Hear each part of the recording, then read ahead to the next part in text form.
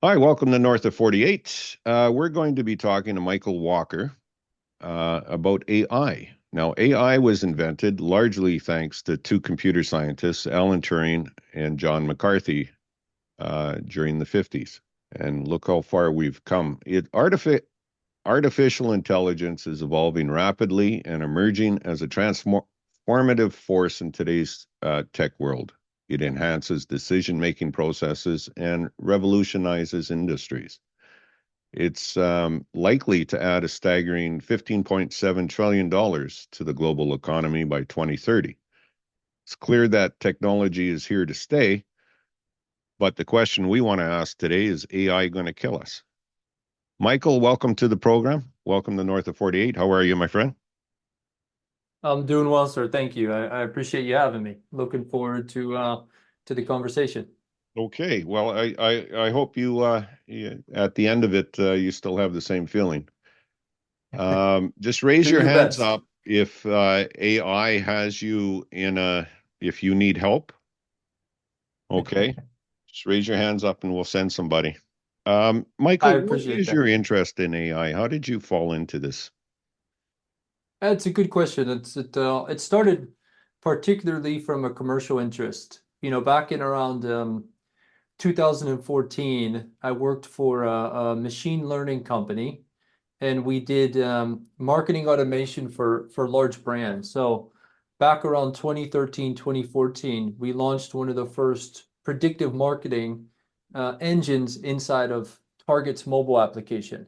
So if you were walking through the store using the location data on the phone, and you had previously searched for, let's say, diapers or baby formula, we would, as you come into the location, we would send you a discount code via email and through a mobile app and say, hey, you may be interested in this particular offer, right? You're Around that a guy similar. then. You're that I guy. was I was one of them. I wasn't the brain behind it. We had very smart individuals building the tech, but I was helping deploy it on the marketing side.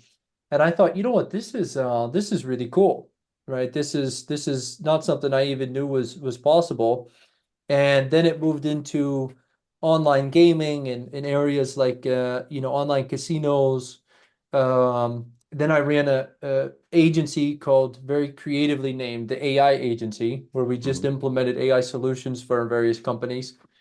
And then 2 years ago, when most of the world was introduced to AI through ChatGPT, I said, hey, this is now a widespread, it's going to enter its way into everybody's homes via their phone and their computer, and eventually into many more areas. And so I thought, this is the time to really dive into it, and now I use it in a million different ways every day. But that was really the starting point for me. Wow. With that background, you're with a company right now, Smythe or Smith OS?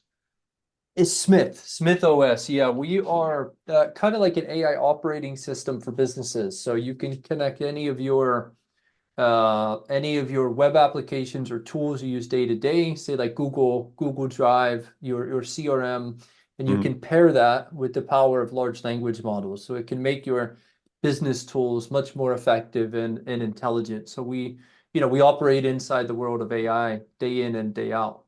Wow. Um, well, let's talk a little bit about the ethical issues, if you don't mind, of Of course. AI. Like it's a critical issue that needs to be addressed. Mhm. AI, as a sense, doesn't have a morality. It could have a bias depending on the programmer and where it got its information. Um, what so through the health, especially health services, it's private information. Criminal law, it's private information. Are there safeguards in place for AI not to intrude on people, or is this something still in development? Well, I would, before answering the question, I would even kind of challenge the premise a little bit, and this Sure. is maybe a more philosophical question, but even the premise that AI doesn't have, let's say, a moral foundation or an ethical code, I would almost argue that it has as much as any human does, being that when we're born, our minds are in and it depends your origin, whether you come from a religious origin or an atheist origin, but we're born as kind of a clean slate. And so our morality is a combination of learned experiences and shared values, both from internally what we experience as well as what we experience from our community, your family and your immediate community. And over time, we learn right versus wrong, good versus evil, that sort of thing. AI is not much different, right? We feed it a bunch of information, and somebody or something tells it, this is what we consider ethical or right, and this is what we consider not ethical or wrong.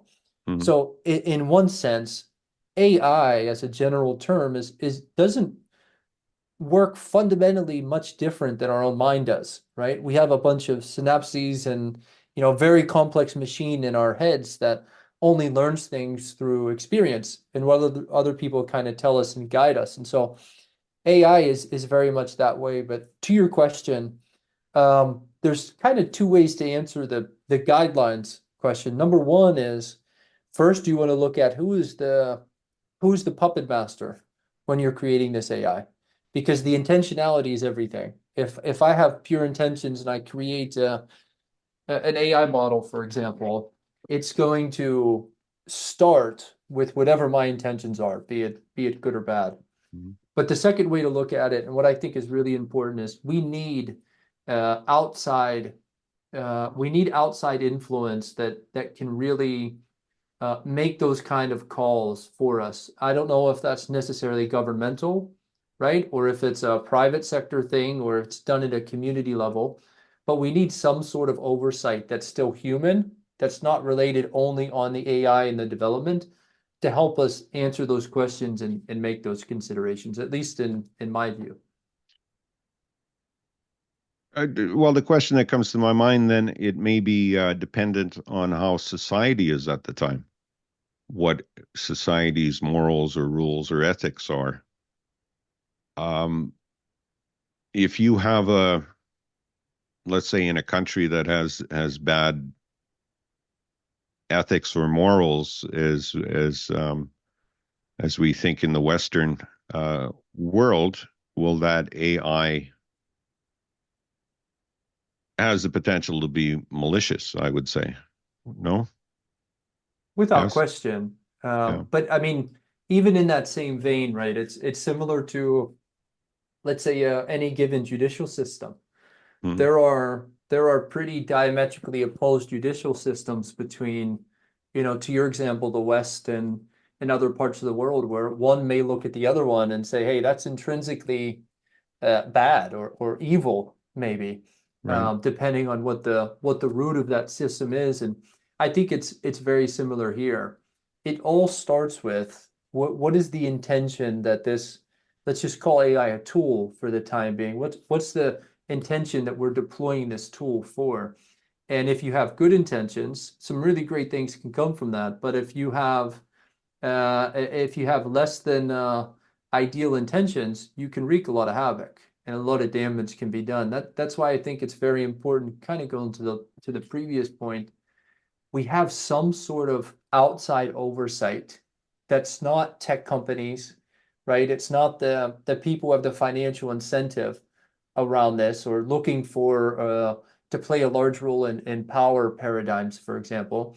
But we have a communal oversight committee of some sort that says, here's where we draw lines in the sand, right? Mhm. This is okay, this isn't. And that's a collective conscious that's able to make those decisions more than just essentially a set of algorithms. Right.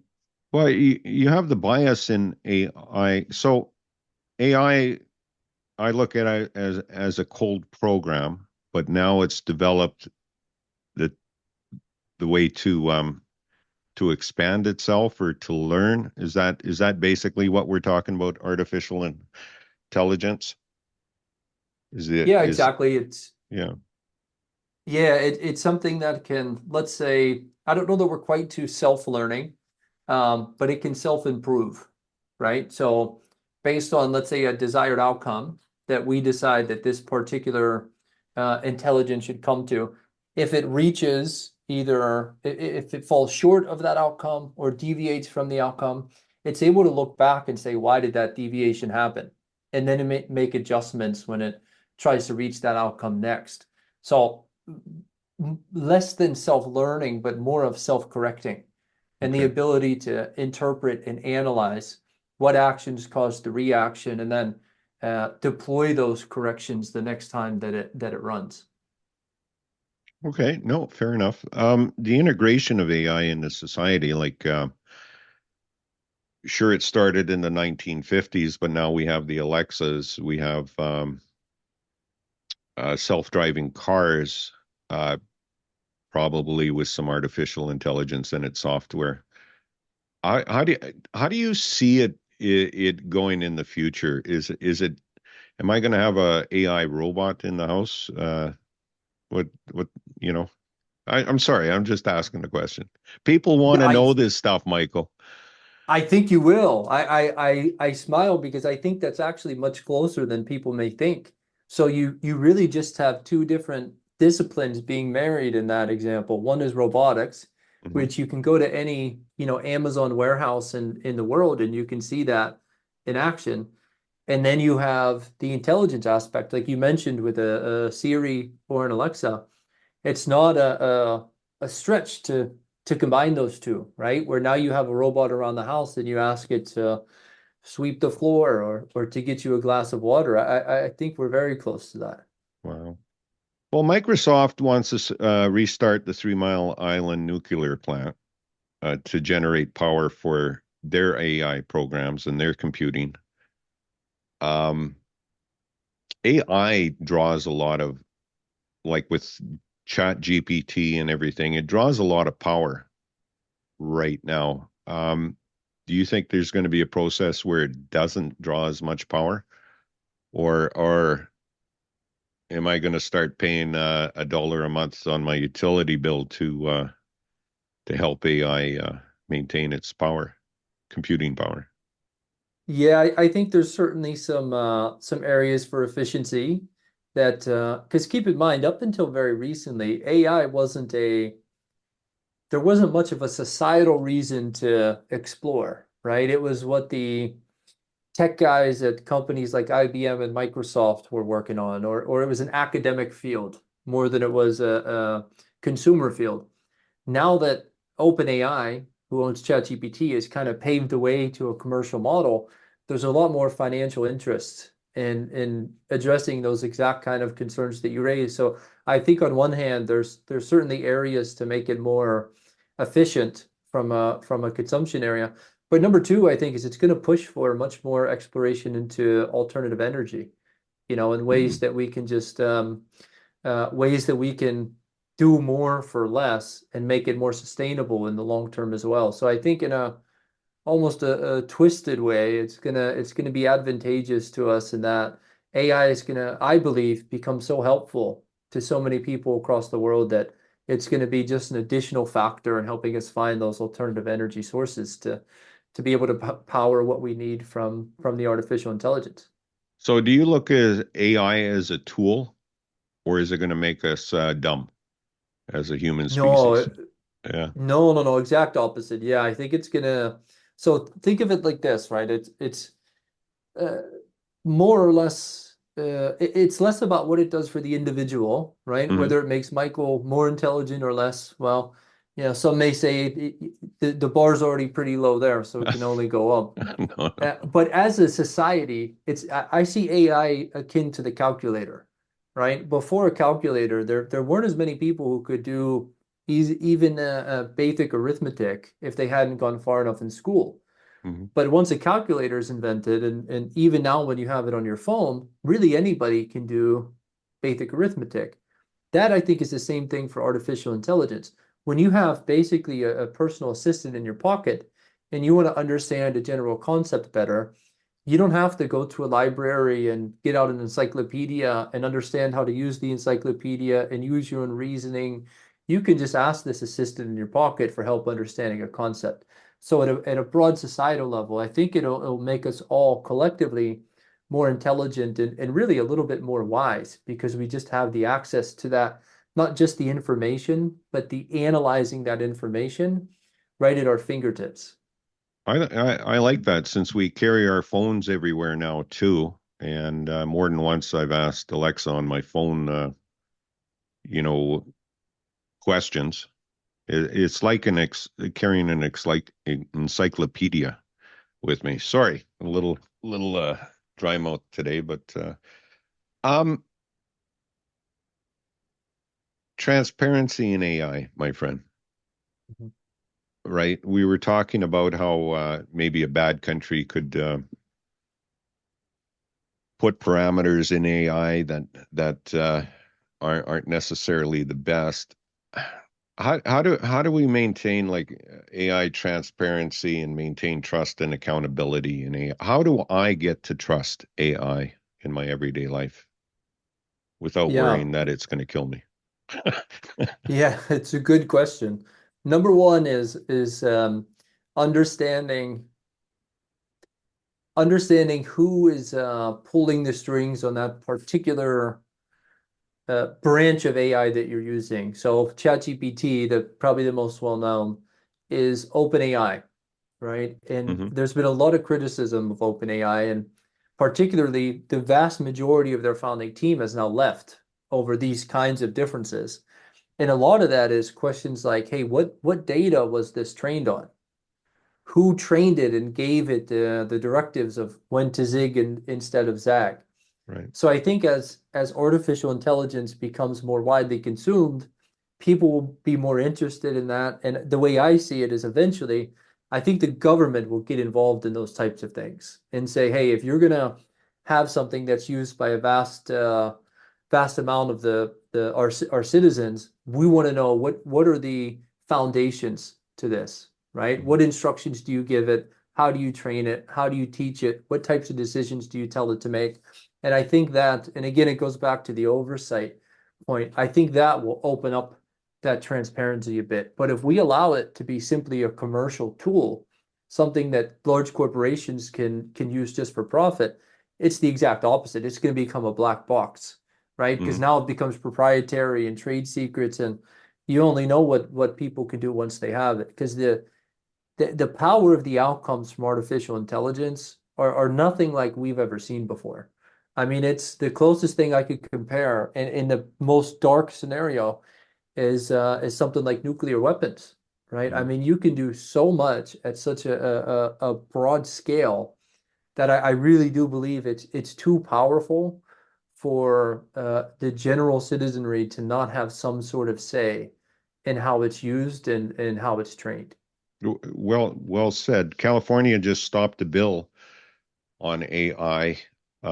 They were going to set up a discipline with it. However, the governor said it wasn't strict enough, so he sent the bill back. Um, Yep. yeah, well, like everything in this society, we have to monetize, right? So AI is how are these companies going to monetize AI? Is it the services they sell for it, or sorry, Yeah. that's all I got on that. No, so today in 2024, the largest benefactors of artificial intelligence has been through consulting services, particularly the Deloitte and Accentures and McKinseys of the world, right? Hmm. Because they're already working with these large corporations, and now there's this new technology that not many people understand. And so these firms come in and say, hey, we'll help you navigate this minefield of artificial intelligence. Because today it's very expensive to create large language models, to train it. You need an army of data scientists. You need a ton of hardware and CPU to be able to do this. So the production of AI is not profitable at the moment. OpenAI is kind of a great example of this, right? Microsoft is sinking billions and billions of dollars into it. But the true revenue implications are going to come from, the solopreneurs and entrepreneurial spirits who have this business idea they've had for decades, but couldn't bring to fruition from a lack of technology or knowledge or skills. AI can help them with that. So I think if done right, there's going to be a massive boom from all areas of the economy because businesses that used to struggle and fail can now survive with the help of AI, with their marketing, with their sales, with their logistics and supply chain management. These are the areas that it can really help us flourish. And so every aspect of an organization can really be benefited through safe and ethical use of artificial intelligence. Okay, Fair, fairly well. What about discrimination with AI? Does it come down to the programmer? Is Uh, yes, in a simplified view, and I think it less than that, it comes down to the data you train a model on, right? And the instructions that you give it. So it's Mhm. just like if I wiped your mind clean today and I said, this is blue, and that's the only data point that you have, forever you would go on thinking that this is blue, right? It doesn't matter what I think or what the uh, object or objective value of the color is. To you, it's blue, right? Right. And think of AI as similar to that. Is if when I give it a set of training data and I say this is again this is good or this is bad, my inherent biases are going to be built in to the way in which I train that model, whether intentionally or subconsciously. So again, I think the more people that you have involved in the selection of the data that trains particular large language models, and B, the refinement and the instructions that you give it, the more chance we have of eliminating those types of biases and discrimination in the end product. How, how are we going to see AI in the workplace? You already see it. Yeah, Yeah, I mean, so one way is if you, and it depends on the type of workplace, but let's say, software businesses or technology businesses. We use AI today in our company for marketing, for sales, to handle customer conversations via chatbots on the website, email responders back and forth, our SEO search engine optimization. So there's many ways there. But even in things like supply chain planning, logistics planning, route optimization, we even, I shouldn't say publicly the entity, but we worked with a large governmental institution on predictive maintenance, right, for their hmm, fleets. So saving money at even the largest level and being able to predict when are we going to have to repair this automobile or whatever it is. So you can see it in many different industries already. I think for the vast majority of people, you're going to start to see it in your workplace in small ways like helping you write reports, for example, helping you summarize data, helping you analyze large data sets to make predictions or projections for an upcoming quarter, for example. I think those are the ways that most people will probably see it over the next 6 months to a year. right. Well, those are the tools we have now with the Microsoft Office tools and stuff. But the chatbots that I see on websites all the time, hi, can I help you? That's AI generated. Most of them probably. Most, Yeah, yeah, and it's as simple as you take a large language model like a ChatGPT and you say, hey, here's a bunch of context about my business. right, Here's what we do and what we sell and why we're better than the competition, for example. And already the AI is smart enough to have those conversations on a website, probably better than you or I could do it because it's right. it's just so particular on those points. Um, which brings another point here because while we're taping this, Iran's threatened missiles, ICBMs, Yep. right now, and malfunctions in software, and war, which brings up the Terminator stuff. Malfunction in, so you got critical tasks with AI that AI is doing. Is there a fail safe for if there is a malfunction or it's Well, in your like the way you do things and working with the maybe a government and stuff if let's say the routes for trucks are wrong, what is what's the outlet to fix that, the Yeah, malfunction? I today the most important thing is at the end of the day there should be a human who presses the big red button. So you have you have a let's call it an AI that will constantly debug your software, let's hmm say. hmm And so it can catch the bugs in your code, for example, and that's like a pretense to solve problems that could happen because of human error. But I think the most, and many people would disagree with this, by the way, this is by no way a consensus. My view, and I hold it strongly, I would contend that the best fail-safe we can have is AI can do all of the work leading up to pushing the button. Because I want to make sure that if I'm making a decision that affects other people's lives, regardless of how smart this artificial intelligence may be, that onus, that responsibility still falls on me, right? So if I let AI do all the heavy lifting and the analysis and it gives me reports and it says here's when you should press the button, I can still go back and look at all that myself.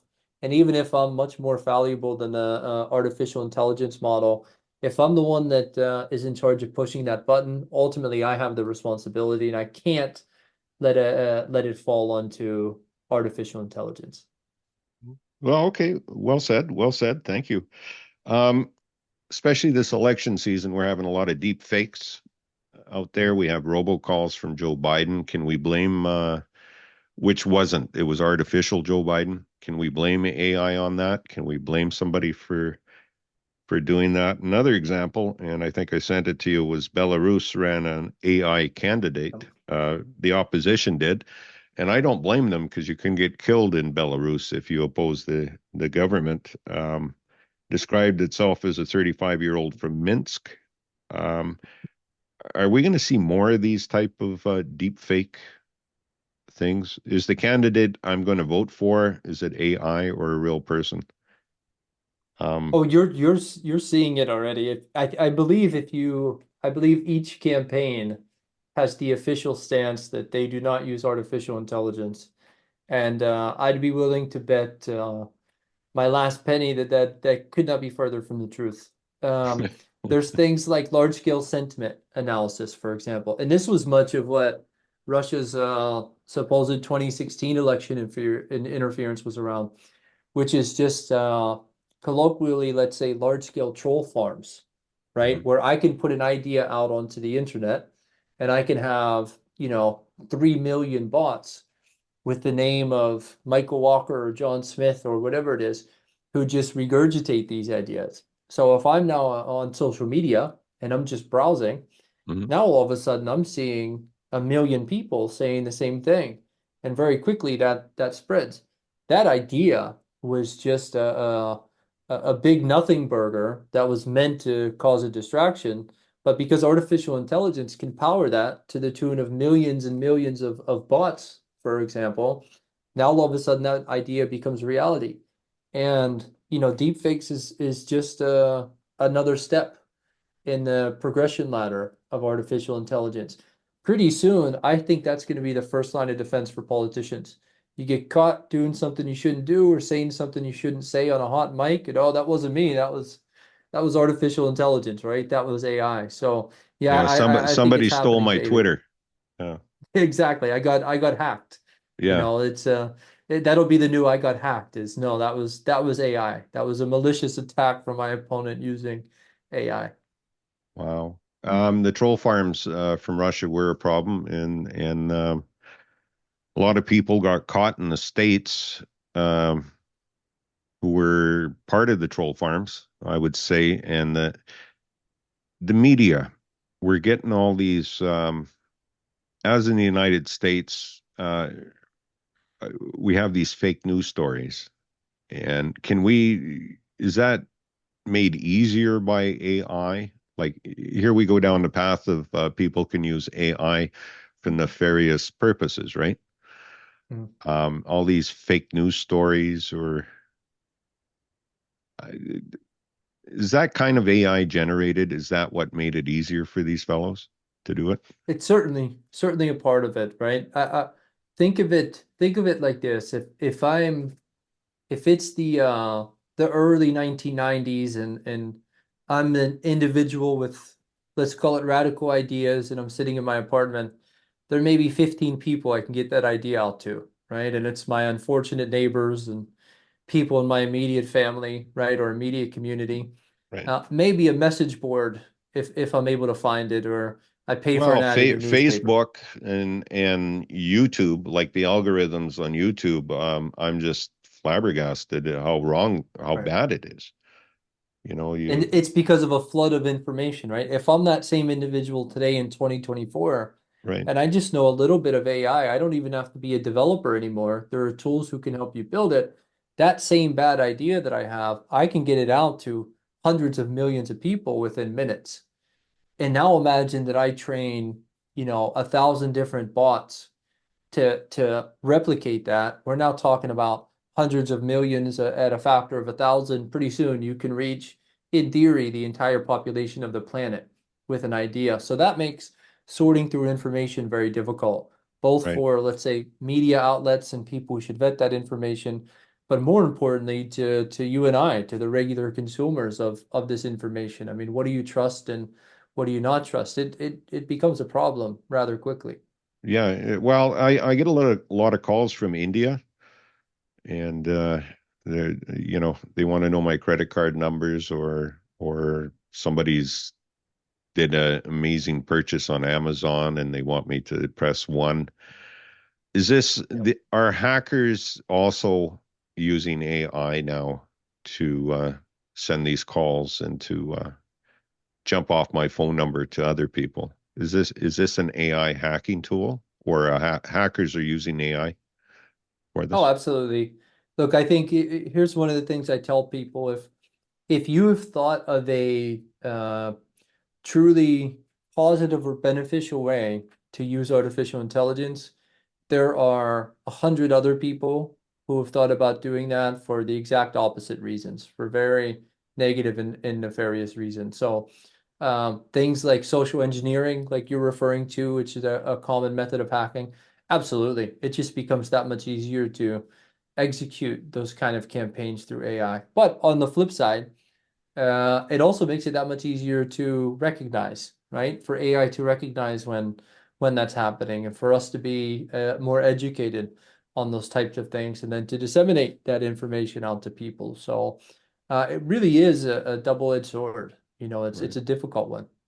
Well, with the learning, once I get my robot with the AI software, can I instruct the AI robot not to accept calls from India, Why that not? sort of thing? Is Right? it Why is that not? You could is have that it my safeguard? You could have it field it for you, right? You can have it field the calls for you and take a message and interpret, hey, what are the chances you think that this is a spam call or a robo call, and it Right. can sort through all that for you. Yeah, of course. So, okay, we're talking about AI and how it affects society and elections. What is there a positive for AI in society? Like we touched a little bit about that. Could you maybe elaborate? How do you Yeah, see AI going in the future yeah, to help? I see the outcome of AI as being a massive net positive for society. Okay. Um, Number one, I think it's going to open up, contrary to what I think many believe, it's going to open up a lot more areas of opportunity for people. So imagine the vast majority of the population in the world who, just due to where they were born and the circumstances they were born into, their opportunities are very limited. The internet did a big part of helping level the playing field in some ways there. But now artificial intelligence can help people get into the types of jobs or industries that previously they weren't able to, right? Imagine I lived for some time, 2 years in Cambodia. There's not a lot of developers or things that come out of Cambodia because of lack of infrastructure and technology, but more lack of people who can teach others to do that. Artificial intelligence can bridge that gap. It can teach you to do those things. It can also, do things like I mentioned before. It can make starting a business so much easier. It can help you think through ideas. It can Mhm. help you analyze the pitfalls to an idea, create a business plan, create a marketing plan, help you go to market with an idea. So the barrier to entry for entrepreneurship will drop significantly. And then, of course, I think the most important is it makes access to information and education much more broadly acceptable. I mean, even today with the internet, there's good information and there's bad information out there. It's the onus is still on the individual to analyze and interpret that and to use that knowledge in a way that's going to help them. AI can bridge that gap significantly. You can go and say, "Hey, I would really like to learn how to do A, B, and C," and then it can go out and comb all the information available on the internet and filter through the bad and provide you a clear individualized learning path for you. Maybe you're a visual learner, maybe you're better with written text.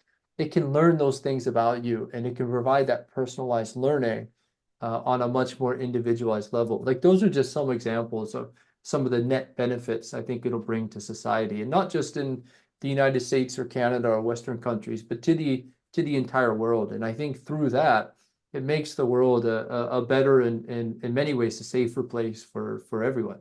Mm, that's very good. Now, with everybody with phones, if you had a good AI program, could you go to Vegas and win a lot of money?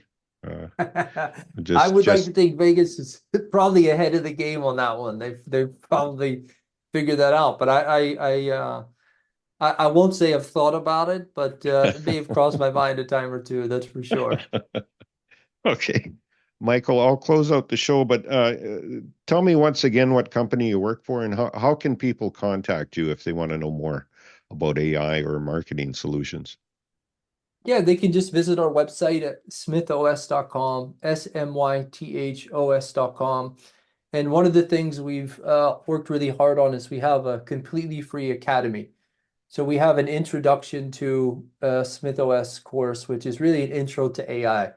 What is AI? What are large language models? What are AI agents? And so it can just help you kind of get a little more up to speed on just the field in general. And then we have a course that's called an AI agent certification course. It'll Okay. teach you how to build AI agents for your business or for your business idea, and it's all completely free.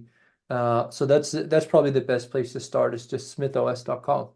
And it's free to politicians as well, right? So No, no, this politicians pay double. That's how we keep it free for the common man. all right. Well, thank you very much. If you just hold on for a second. Thank you very much for being part of North of 48, and I appreciate your time. And you're in Sweden. What time is it there, my friend? It is just after 8 o'clock p.m. So it's Well, still that's not bad. still night young. All right. You take care, okay? Thank you, sir. You too.